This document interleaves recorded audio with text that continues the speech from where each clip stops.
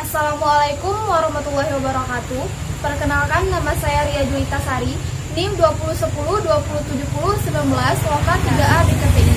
Video ini dibuat untuk memenuhi tugas ujian tengah semester mata kuliah psikologi konseling. Baik, langsung saja ke slide pertama yang mengenai konsep dasar psikologi konseling.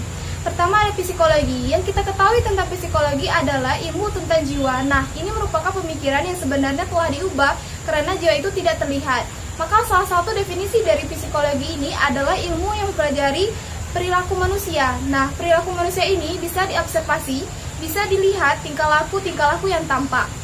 Tujuan dari kita belajar psikologi tentunya agar kita bisa melihat perilaku klien kita ketika kita konseling. Kemudian kedua, konseling. Konseling tidak hanya sekedar menyelesaikan masalah dari klien saja. Kenapa? Karena konselor membantu klien untuk berkembang, memecahkan masalah, atau untuk mendapatkan pemahaman yang lebih baik tentang kesulitan, kerisauan, kegalauan, keprihatinan, serta perubahan pemikiran, sikap, dan tingkah lakunya. Kemudian ada bimbingan. Bimbingan ini adalah pemberian bantuan kepada individu agar lebih mengenal dirinya sendiri sehingga ia menjadi pribadi yang berguna. Kemudian ada terapi. Terapi ini adalah suatu perlakuan atau pengobatan yang ditujukan untuk menyembuhkan suatu kondisi patologis. Baik, soal yang kedua yaitu analisis konsep dasar konseling. Analisis konsep dasar konseling, pertama ada pengertian konseling. Konselor membantu klien untuk berkembang, memecahkan masalah, dan untuk mendapatkan pemahaman yang lebih baik tentang kesulitan, kerisauan, kegalauan, serta perubahan pemikiran, sikap, dan tingkah lakunya. Kemudian ada fungsi. Fungsi dari konseling, pertama ada fungsi pemahaman, yaitu agar si klien ini paham dengan masalah yang dihadapi ataupun yang dialaminya. Nah, ketika sudah paham, tentunya baru kita entaskan. Masuklah ke fungsi pengentasan, yaitu konselor membantu klien menyelesaikan masalahnya. Ketika sudah selesai, harapan berikutnya adalah klien ini terpelihara, tidak mengalami masalah yang sama, sehingga ada pengembangan baru dari si klien. Kemudian ada fungsi pencegahan, yaitu mencegah klien agar tidak mengalami masalah-masalah yang bisa membuat hidupnya tidak bahagia maupun tidak nyaman. Tujuan konseling yaitu membantu klien mengentaskan masalah yang dialaminya sehingga tercapai kehidupan yang bahagia. Kemudian ada ciri-ciri konseling, yaitu tentunya adalah konselor atau guru BK, yaitu tenaga ahli. Kemudian ada klien, orang-orang yang memiliki masalah, orang-orang yang membutuhkan bantuan. Kemudian adanya masalah yang dibahas di sana, ini merupakan komponen yang harus ada ketika kita ingin disebut sebagai konseling. Kemudian ada prinsip konseling. Klien menyadari bahwa dirinya bermasalah, klien menyadari bahwa dirinya memerlukan bantuan, klien mencari sumber bantuan. Tentunya sumber bantuan ini adalah konselor. Kemudian klien terlibat secara aktif dalam proses konseling. Klien menerapkan hasil kesepakatan konseling.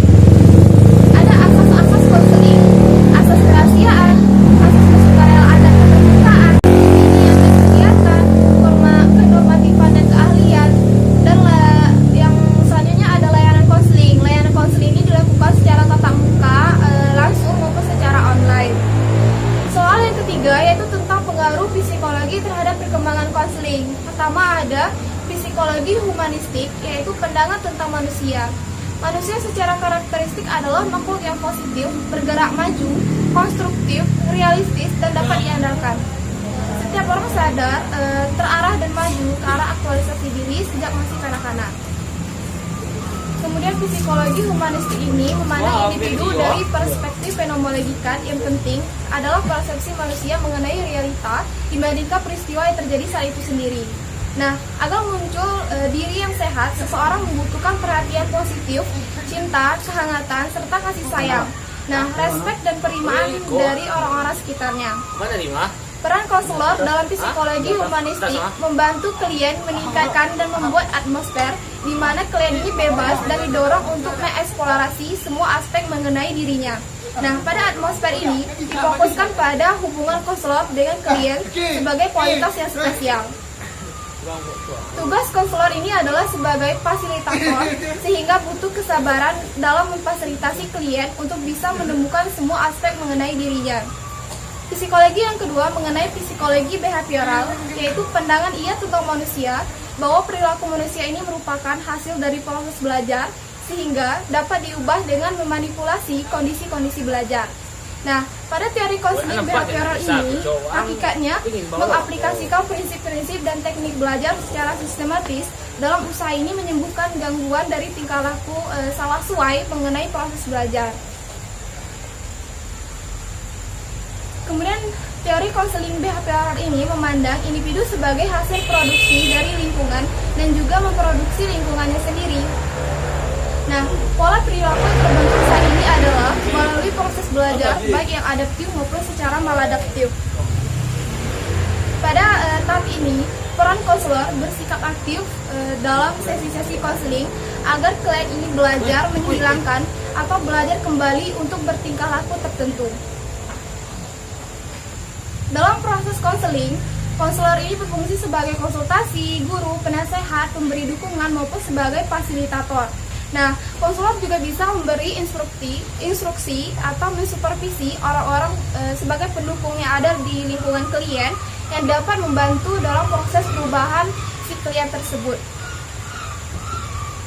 Psikologi yang ketiga yang mengenai psikologi Gestalt, yaitu psikologi Gestalt pandangannya tentang manusia bahwa manusia ini adalah kesatuan yang utuh di dalam kehidupannya dan memiliki kecenderungan aktualisasi diri yang muncul melalui interaksi pribadi dengan lingkungannya. Nah, pada aktualisasi diri berpusat pada masa kini, proses menjadi seseorang bukan suatu proses berjuang untuk menjadi. Nah, maksudnya di sini adalah fokusnya adalah pada saat kita sekarang, bukan pada saat di masa yang akan datang. Setiap orang dapat berubah dan bisa bertanggung jawab terhadap tingkah lakunya. Individu ini adalah aktor dalam peristiwa-peristiwa yang terjadi di sekelilingnya. Individu bukan rektor, artinya bahwa kita adalah aktor, yaitu kita adalah penentu, bukan rektor, yaitu bukan ditentukan.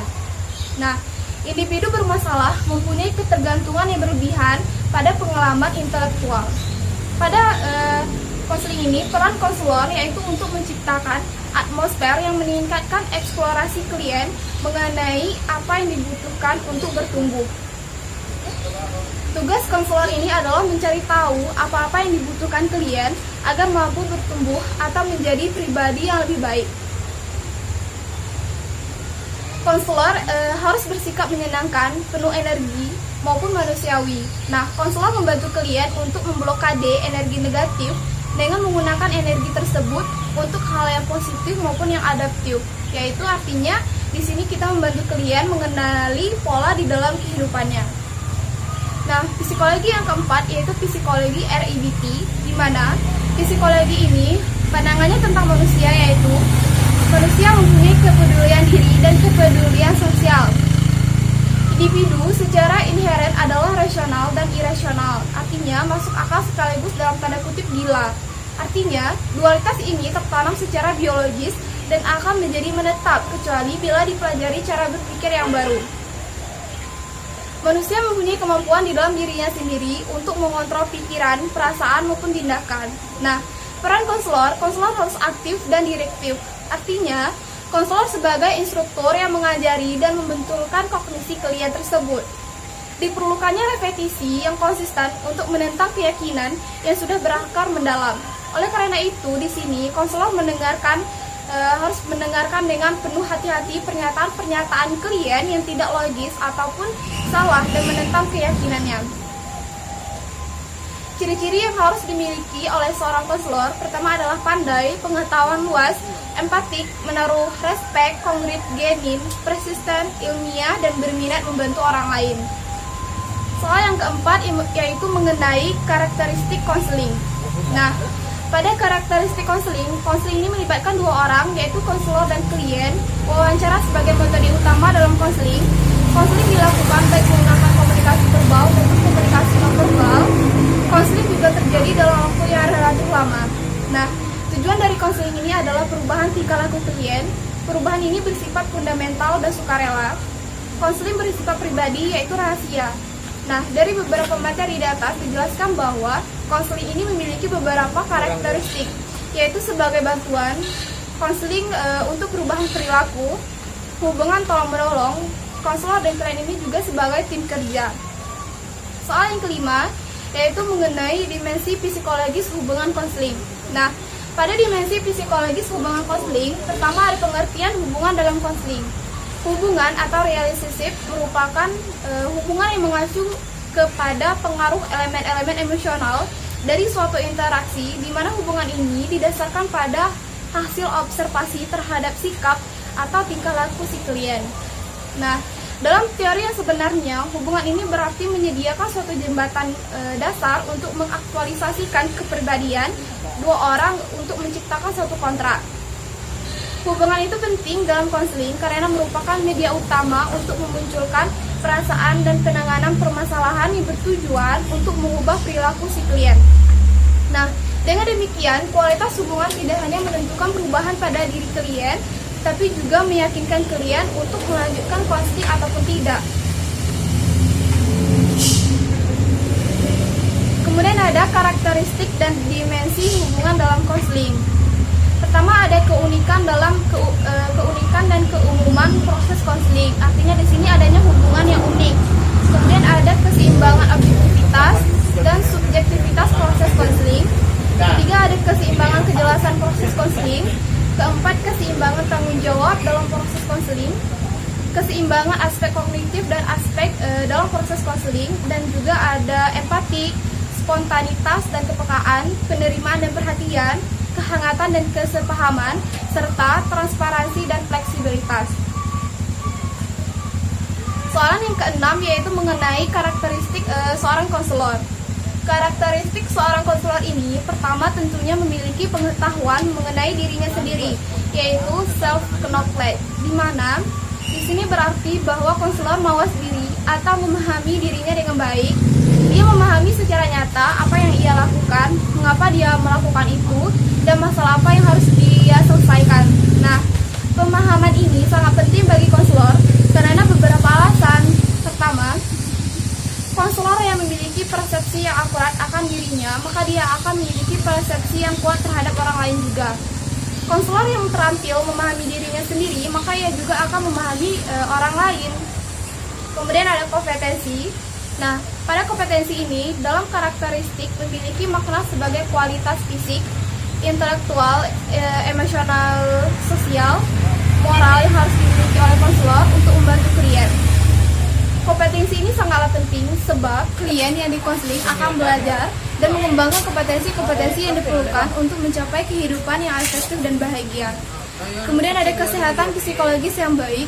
Seorang konselor dituntut untuk dapat menjadi model dari suatu kondisi kesehatan psikologis yang baik bagi kliennya, yang mana hal ini memiliki pengertian akan ketentuan dari konselor, di mana konselor harus lebih sehat kondisi psikisnya daripada klien. Kesehatan psikologis konselor yang baik sangat penting dan berguna bagi hubungan konseling, karena apabila konselor kurang sehat psikisnya, maka ia akan teracuni oleh kebutuhan-kebutuhan sendiri, persepsi yang subjektif, nilai-nilai keliru dan kebingungan. Dapat terpercaya. Kemudian ada kejujuran, honest. Yang dimaksud dengan kejujuran di sini memiliki pengertian bahwa seorang konselor itu diharuskan memiliki sifat yang terbuka, otentik, dan sejatinya dalam pemberian layanan kepada konseling. Kemudian ada kekuatan atau daya. Kekuatan atau kemampuan konselor sangat penting dalam konseling, sebab dengan hal itu klien merasa aman. Klien memandang seseorang konselor sebagai orang yang tabah dalam menghadapi masalah yang mendorong klien dalam mengatasi masalahnya. Nah, dan dapat menanggulangi kebutuhan dan masalah pribadi dari si klien tersebut. Kemudian ada kehangatan, yaitu warm. Yang dimaksud dengan bersikap hangat itu adalah ramah, penuh perhatian, dan memberikan kasih sayang. Klien yang dapat meminta bantuan konselor pada umumnya yang kurang memiliki kehangatan dalam kehidupannya, sehingga ia kehilangan kemampuan untuk bersikap ramah, memberikan perhatian dan kasih sayang. Melalui konseling, klien ini dapat mendapatkan rasa hangat tersebut dan melakukan sharing dengan konseling. Bila hal itu diperoleh, maka klien dapat mengalami perasaan yang nyaman. Kemudian ada pendengar yang aktif, yaitu active respon. Konselor secara dinamis terlibat dengan seluruh proses konseling. Konselor yang memiliki kualitas ini akan mampu berhubungan dengan orang-orang yang bukan dari kalangannya sendiri saja dan mampu berbagi ide-ide perasaan. Membantu klien dalam konseling dengan cara-cara yang bersifat membantu, memperlakukan klien dengan cara-cara yang dapat menimbulkan respon yang bermakna, berkeinginan untuk berbagi tanggung jawab secara keseimbangan dengan klien dan konseling. Kemudian ada karakteristik mengenai kesabaran. Nah, melalui kesabaran, konselor dalam proses konseling dapat membantu klien untuk mengembangkan dirinya sendiri secara alami. Sikap sabar seorang konselor menunjukkan lebih memperhatikan diri klien daripada hasilnya. Konselor yang sabar cenderung menampilkan sikap dan perilaku yang tidak tergesa-gesa. Kemudian ada kepekaan, yaitu sensitif. Kepekaan mempunyai makna bahwa konselor sadar akan kehalusan dinamika yang timbul dalam diri klien dan konselor itu sendiri. Nah, kepekaan diri konselor ini sangat penting dalam konseling karena hal ini akan memberikan rasa aman bagi si klien maupun si konselor akan lebih percaya diri apabila berkonsultasi dengan konselor yang memiliki kepekaan. Kemudian ada kesadaran holistik. Pendekatan holistik dalam bidang konseling berarti bahwa konselor memahami secara utuh dan tidak mendekatinya secara sepihak. Namun begitu bukan berarti bahwa konselor ini seorang ahli dalam berbagai hal. Sekian jawaban ujian tengah semester saya. Wassalamualaikum